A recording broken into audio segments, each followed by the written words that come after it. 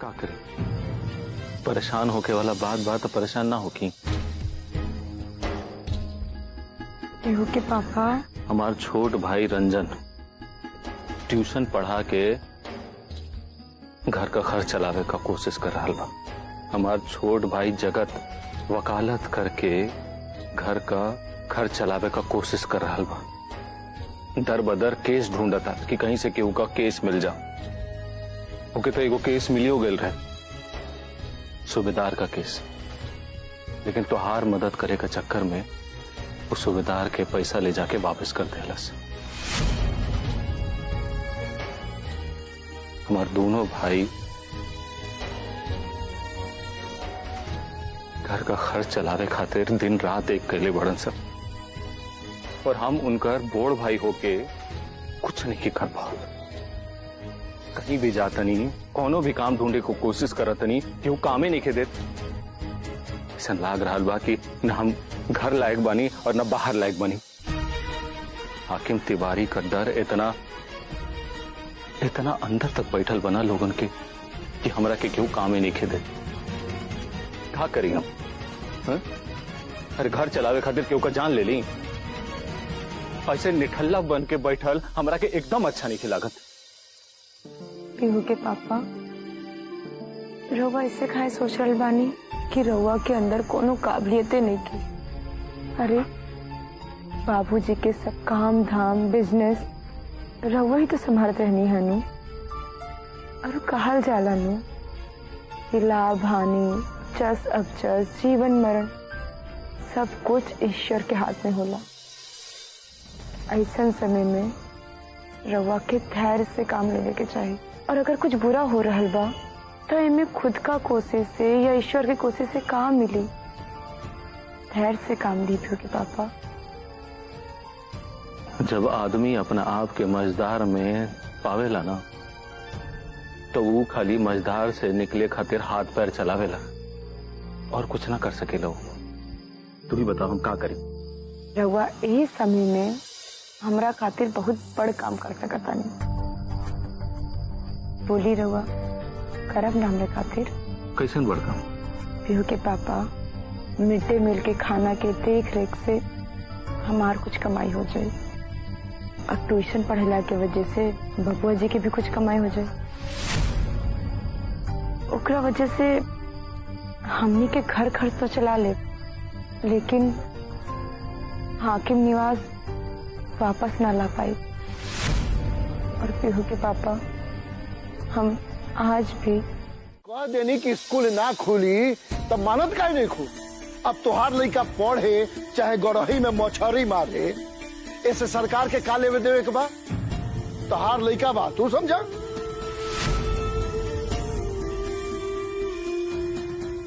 अरे कुकान, कालू पूरे गांव में डुगडुगी पिटवा दे कि प्राथमिक स्कूल हमेशा खातिर बंद हो गई। अब जेकरा लड़का के अपना पढ़ावे के शौक हो के तो सरस्वतीपुर के स्कूल में भेजस लोग। अगर न पढ़ावे के होके तब बॉल में गुल्ली डंडा, चितुवन डंडा, डोला पाती खेलस। स्कूल तो खुली सूबेदार सिंह जी, सूबेदार सिंह जी, सूबेदार सिंह जी।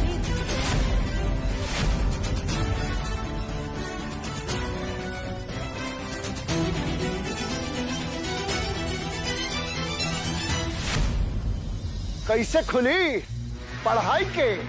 हई गली गली घूमे वाला फेरी वाला पढ़ियन सो। टिकुली ले लो, कंघी ले लो, आईना ले लो, सिंदूर ले लो, ऊ पढ़ियन सो। अरे जब हम खुला ही न दे अब तब पढ़ाई कैसे हुई? सूबेदार सिंह जी, अभी रउआ प्रधान बानी तो रउआ स्कूल ना खुले दे, लेकिन ये भी तो हो सकत बानू कि रउआ के जगह अगर दूसरा प्रधान नहीं तो का पता रउआ से बढ़िया वो स्कूल चलावे। बिना हमरा चहले ये गांव में वार्ड सदस्य भी ना बनेला, तब प्रधान कहा हवा में से उड़ के आ जाइए। हमार जेकरा ऊपर आंख पड़ जाला नू, ओकर वोट हमरा खाता में गिरेला। आ जे हमरा खिलाफ खड़ा होला नु ओकरा के हम बैठा देवे नी, आ जे ना बैठेला ओकरा के ऊपर उठा देवे नी।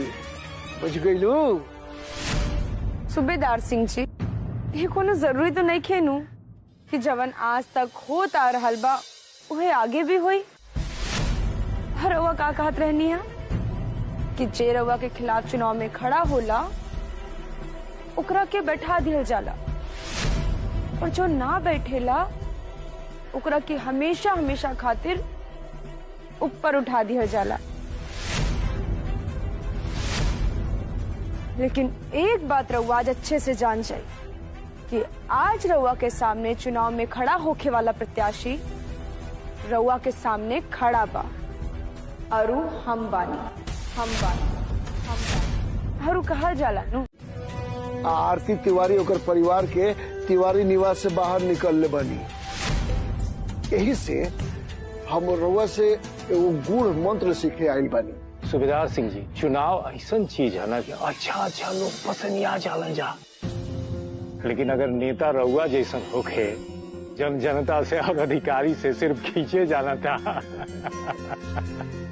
तो दिक्कत तो हो जाला ना। लेकिन भूटन भैया बिना भौकाल कहिले इ नेतागिरी ना होखे। उंगली पे गन के अगर रखल जाए तो काम ना चली। घर में इतना पैसा होके के चाहिए कि जब छापा पड़े तो मशीन के जरूरत पड़ जाए गिने खातिर। देखो भाई, सम्हारा कहीं सही में छापा न पड़ जाओ। अरे तो अपना भी थोड़ा ही रख ले बानी। ये तो सरसों नियर छीटल बा एने ओने, कुछ रिश्तेदार में, कुछ दुकानदार में, कुछ अधिकारी के पास और कुछ कर्मचारी के पास। अरे सूबेदार जी, का बुका धनी दीवार के भी कान होला। अरे कहीं बिना चुनाव लड़ले हार न जाई रहुआ, छापा पड़ गई था कहीं हमरा से कौन काम बा। अरे उहे एगो नेता के जो नेता से काम होला मदद। बस रउआ जमुनापुर में आके हमरा खातिर वोट मांग दी। बहुत होशियार बड़ा भाई, ओकरा में हमार का फायदा हुई? सब तो रउए बा। ना सूबेदार सिंह जी, ऐसे ना।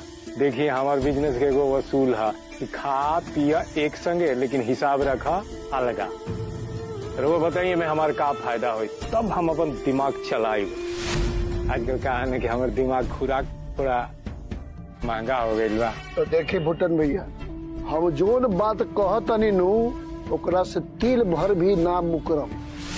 बस प्रधानी हमरा भीरी आ जाए तो नाम के हम खाली प्रधान रहम, बाकी सारा काम रउरे होके। बुझ जाई कि मौन धारण करके आ हम प्रधान बनल रह। ठीक बा, तो जौन भी फायदा हुई वो आधा आधा। ठीक बा। गंगापुर और जमुनापुर के जोड़े वाली सड़क के काम ग्राम पंचायत के लगी आवे वाला बा। 10 करोड़ में से 5 करोड़ तुहार, 5 करोड़ हमार। ठीक बा। सड़क बनी और कागज पर बनी, असल में ना बनी। और बीडीओ, ईडीओ, सीओ, कलेक्टर सबके संभारे के जिम्मेदारी हमार। तन मन धन लगा दे रहुआ के जितावे खातिर। इनकर आप बिना फोटो देख ले ना बुझाला कि आम बा कि राम। ये गांव के पढ़ल लिखल लोग ये अनपढ़ गंवार जाहिल के प्रधान बनावे के चाहता कि पढ़ल लिखल के।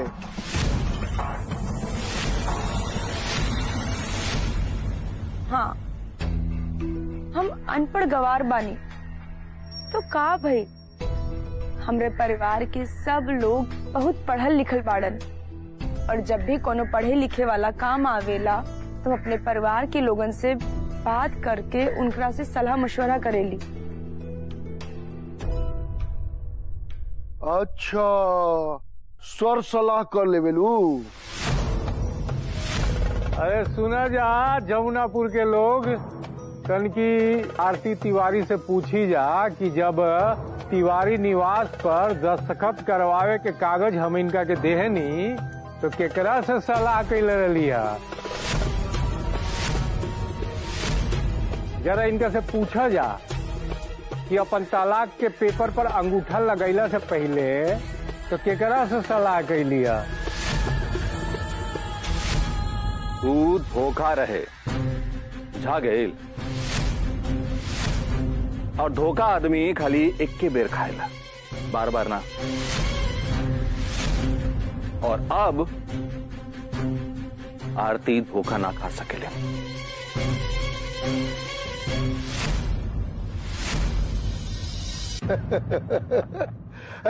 जे 2 बार धोखा खा सकेला तो का तीसरा बार धोखा ना खा सकेली? और ये कौन किताब में लिखल बा कि दोबारा धोखा ना खा सकेली? अगर ऐसा बात बा तो हई का है? देखी का लिखले बड़ी, सुनी लोग, हम अनपढ़ गंवार बानी, जाहिल बानी, हम जमुनापुर के लोग खातिर कोनो काम ना कर सकीला। देखी इनका अंगूठा के निशान, हमरा पर विश्वास नहीं के तो इनका अंगूठा से मेल करवा ली। हमनी के गांव के सब मेहरारू मिल के रउआ हित में एगो चिट्ठी लिख ले बानी जा डीएम मैडम के देवे खातिर। रउआ अपन दस्तखत कर दी। देखी इनकरे अंगूठा के निशान बा। अब हमरा के केहू ना फंसा पाई, काहे से कि अब हम पढ़े लिखे के सीखब और सब कागज पत्तर पढ़े के अच्छे से सीखब और बिना सोचले समझले केहू पर भी भरोसा ना करब और कोनो कागज पर आंख बंद करके केहू पे भरोसा करके दस्तखत ना करब। और आज हम सब गांव वाला लोगन के सामने एक कसम खाद बानी कि जब तक हमरा के अपन दस्तखत करे ना आ जाए हम प्रधानी के चुनाव के पर्चा ना भरब।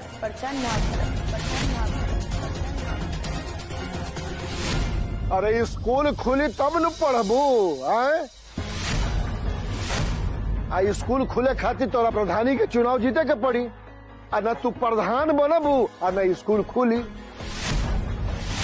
तो ये तो उहे न भइल, न 9 मन तेल होई और न राधा प्यारी नचियन न स्कूल खुली और न तू पढ़बू और न तू अपन वादा कैला के अनुसार प्रधानी के पर्चा भरबू। हम पढ़ाई में अपना भौजी के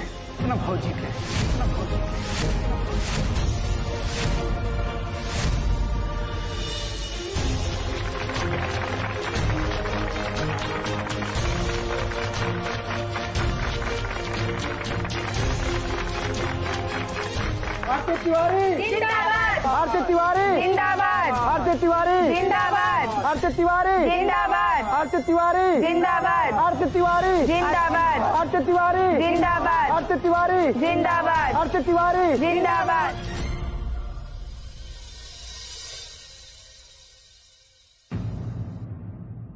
हमरा खातिर माई देना ना, ई खीर हम कन्या खातिर बनौनी है, अपना हाथ से खिलाई।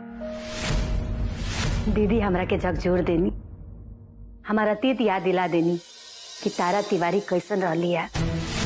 ये तारा तिवारी मर्दन कुल के हुक्म में आके अपना अतीत के भूल गई बड़ी। अखनी के दिहल कहाना गुड़िया पैसा रुपया में अजुरा गई बड़ी। लेकिन अब ना दीदी, अब हम कन्या के साथ दे। कन्या के देख के हमार पुरान दिन याद आ गई। कन्या, कन्या,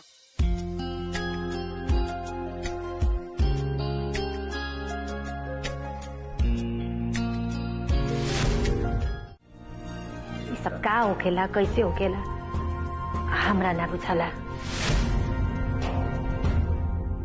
माई एमे कवन ऐसा आइंस्टीन के सिद्धांत बा? अरे कखा गगा ककारा ओवा सिखा देबू ना तो खुद सीख के ये लोग पढ़ जाइहन। और अम्मा जी, अगर रउआ हमने सबके ना पढ़ाई लिखाई तो बाहर के लोग तो यही सोची नु कि इनके घर परिवार के लोगन के बीच में एकता ही नहीं खे। ए जग केहू के केहू बातें न मानेला। जब बाहर के लोग ई जान जाला नु कि इनके घर परिवार में एकता नहीं खे, तब परिवार के टूटे में ज्यादा टाइम न लागेला। अच्छा कलेक्टर साहिबा, ये बताई कि माई अगर पढ़ाई तो ओकरा पैसा मिली कि ना? ज्ञान मत बाटी। दीदी जी, अभी पढ़ाई के कहाँ पैसा मिली? इस स्कूल के थोड़े पढ़ाई बा कि सरकार पढ़ाई खातिर पैसा और खाना दे दिया। काहे? सहरा के तो मिड डे मील खातिर पैसा मिला था ना, वही में से कुछ बचाई के माई के दे दिया। हाँ, अब तू देवल चाहताड़ू तब न देबू। तू काहे देबू? सहरा के तो माई से फ्री सेवा करवाए के बना। दीदी, स्कूल के पढ़ाई और समाज के सेवा भाव से पढ़ौला में तो फर्क होला नु। सुन ले माई, पैसा ऐसा ना मिली, फ्री में सेवा कर, दिमाग खपावा जाके। ए माई, एक बात ध्यान रखिए, जब आटा कम रहेला ना तो गीला होके के ढेर डर रहेला। तो ते ना इनकर एक बात मत सुनी। चल चल माई, तो कुछ ना कर दे, फ्री सेवा होई। घर में पैसा नहीं खे, घर से भी वो घर में जल जाई। चल, इनकर एक बात सुनी हम।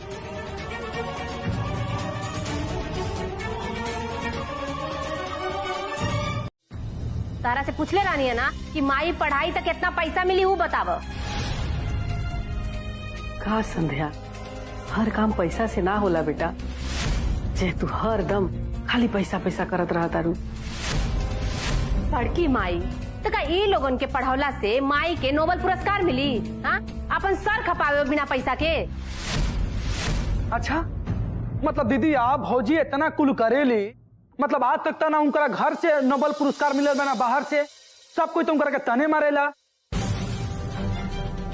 अच्छा, तो ढेर ज्ञानी मत बन और खुद जाके कहो माई से, हम कह देले बानी। एक बात ध्यान रखिए रंजन, अगर माई पढ़ा के आई लो सांझी के कहलत कि हमारा सर दर्द होता उनका जवाब सवाल से, तो हम ना लगाई तेल, ते ही लगाइए। संध्या, सवाल पैसा और पढ़ावे के नहीं के। बात ई बा कि तोर बाबूजी के हुक्म बजावत बजावत हम सवाल जवाब करें कि भूल गए रहनी है। शुरू शुरू में तो नरम रहनी है, लेकिन जैसे जैसे बिजनेस और नेतागिरी बढ़े लागल, वहां के सख्त होत गई नहीं। हमरा पास हाँ और ना के अलावा कोनो जवाबे ना रहत रहल है। तोरा का लगता हाँ कि हम कन्या पर सौखे खिसियात रहनी है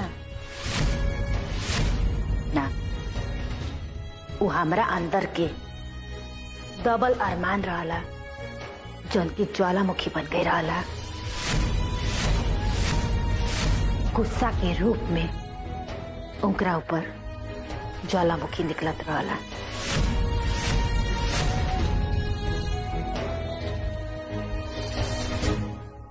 अम्मा जी, रउआ बात के तन को मत सोची कि रउआ के गुस्सा हमरा ऊपर ज्वाला बन के निकलत रहल है। हम तो आज तक राउर कोनो बात के ना बुरा मनले बानी और ना आगे कबू मानब। चलिए चलिए अम्मा जी मेरे संग चलिए।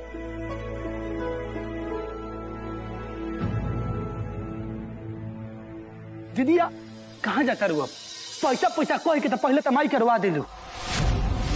अरे माई के पढ़ावे के मन करी तो पढ़ाई, ना मन करी तो ना पढ़ाई। माई चिराई ना ही के पढ़ के जाकर पिछड़ा में तो बंद करके रखबे। तोरा के तो हम हमेशा से कांटा की तरफ फांस लागे नहीं। तोरा के का लगता कि माई के हम सिखावे पढ़ावे जाता नहीं? ते मत हमके सिखाओ, समझ ले। एक सवाल छूट रहा है। सवाल ये है कि अब इस घर में जैसे कि हाकिम तिवारी जी नहीं है, तो आपके घर में रहने वाली महिला मुक्ति अभियान को सपोर्ट कौन कर रहा है? तारा जी, आप एक पत्नी रूप में हैं, तो क्या आप इस बात को मानती हैं कि आपके पति हाकिम तिवारी जी, जिनकी सोच बहुत छोटी है और उनकी मानसिकता, क्या आपके घर में रहने वाली महिला मुक्ति के लिए एक बहुत बड़ा कारण था? इका बाबूजी का बारे में उल्टा सीधा सवाल पूछ रहा बड़ू माई से। हमारे बाबूजी का गैर हाजिरी में उनकरा के नीचा दिखा के तुहार अखबार का बिक्री बढ़ जाएगा। सिम्मी जी, पत्रकारिता के एगो मर्यादा होला और वो मर्यादा के लकीर कभू पार ना करे के चाहिए। और जौना से समाज में बदलाव आवेला नु पत्रकारिता ओहिजे तक के होके के चाहिए। और जब घर के अंदर परिवार में बदलाव आवे लागे तो पत्रकारिता ना कुछ औरे कहाई।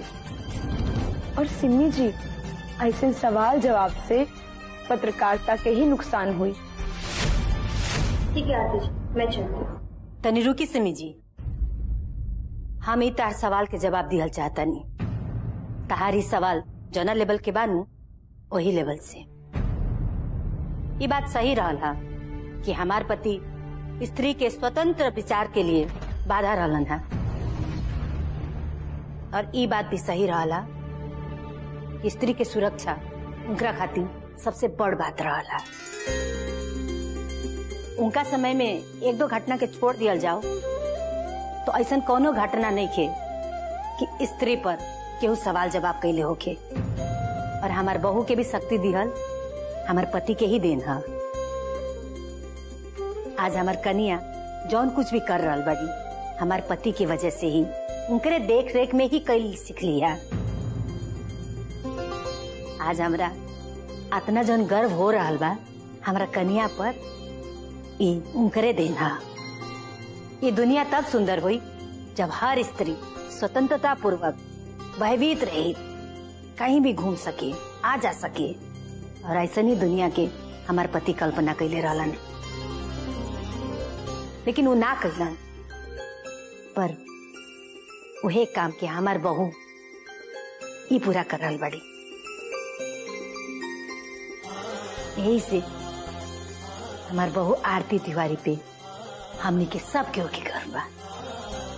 आज गांव की महिला सबके बुलावल लोग, हाँ, हम सब केहू के अपना तरफ से पार्टी दे।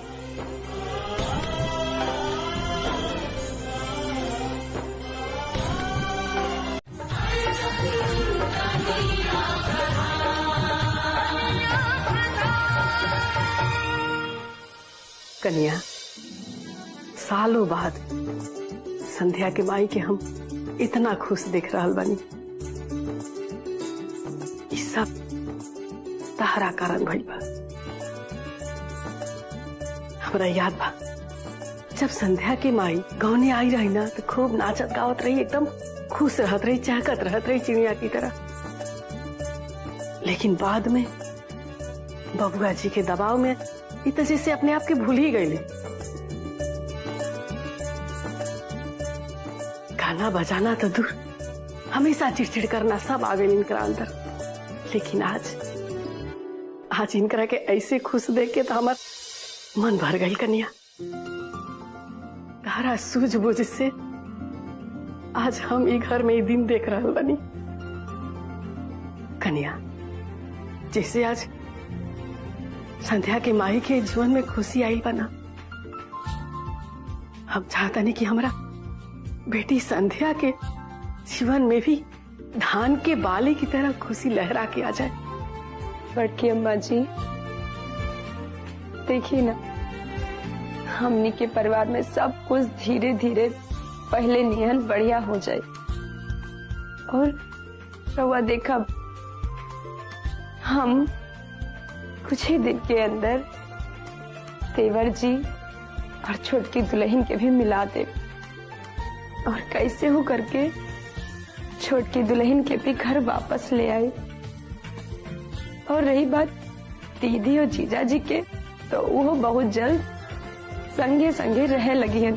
हम कुछ वो भी करके उन दोनों जन के मिला के रहा, तब तक हम शांत न बैठा। हाँ कन्या, तारा पर हमारा पूरा विश्वास बा।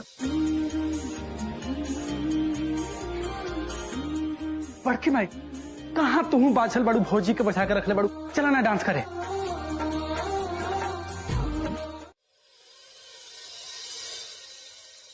कन्या, जब से तू गंगापुर से जमुनापुर आइल बड़ू ना, लागता कि तारा गोड़ में घोड़ा के नाल ठोका गइल बा। दिन रात तू घूमत फिरत तारू। अम्मा जी कालू दिवाली बा और हम सोचत रहनी हा कि हम गांव की औरतन के संग मिलके दिवाली मनाई। अगर हम गांव की औरतन के संग रात भर रहा तो उनका दुख सुख के बारे में और बढ़िया से जान पाई। देखा कन्या, हमनी के अभी दिन पातर बा, एकरा मतलब ई नहीं कि हमनी के अपन दिन धर्म नाच दे जा। गंगापुर में हमनी के रानी आ जाता, लोग हमनी के घरे आवत रहला दिवाली मनावे। अब ऐसा दिन तो नहीं आई कि अब हमनी के एजा के छोट छोट जातिन के घरे जाई जा और दिवाली मनाई जा। तनी कुछ चीज के ध्यान दियल कर। अम्मा जी अगर उन्हीं लोग के संग रहब जा तो उन्हीं लोग भी देख के सीखी हैं कि कैसे बढ़िया से रहल जाला। हमनी के समाज के पिछड़ल आदमी के विकास से ऊपर उठ के मुख्य धारा से जोड़े के कोशिश करे के चाहिए।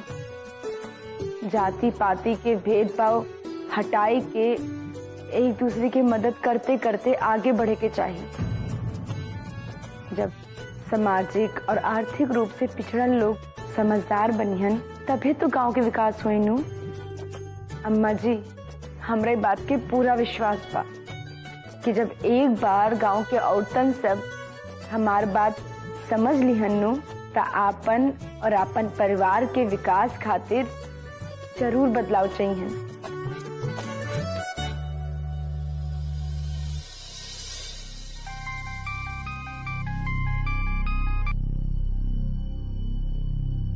सूबेदार जी हम रउआ के फोन ई मारे कहनी हा काहे से कि हम दिवाली कल गांव के लोगन के संग मिलके बनाई और उनकरा से बात विचार करब।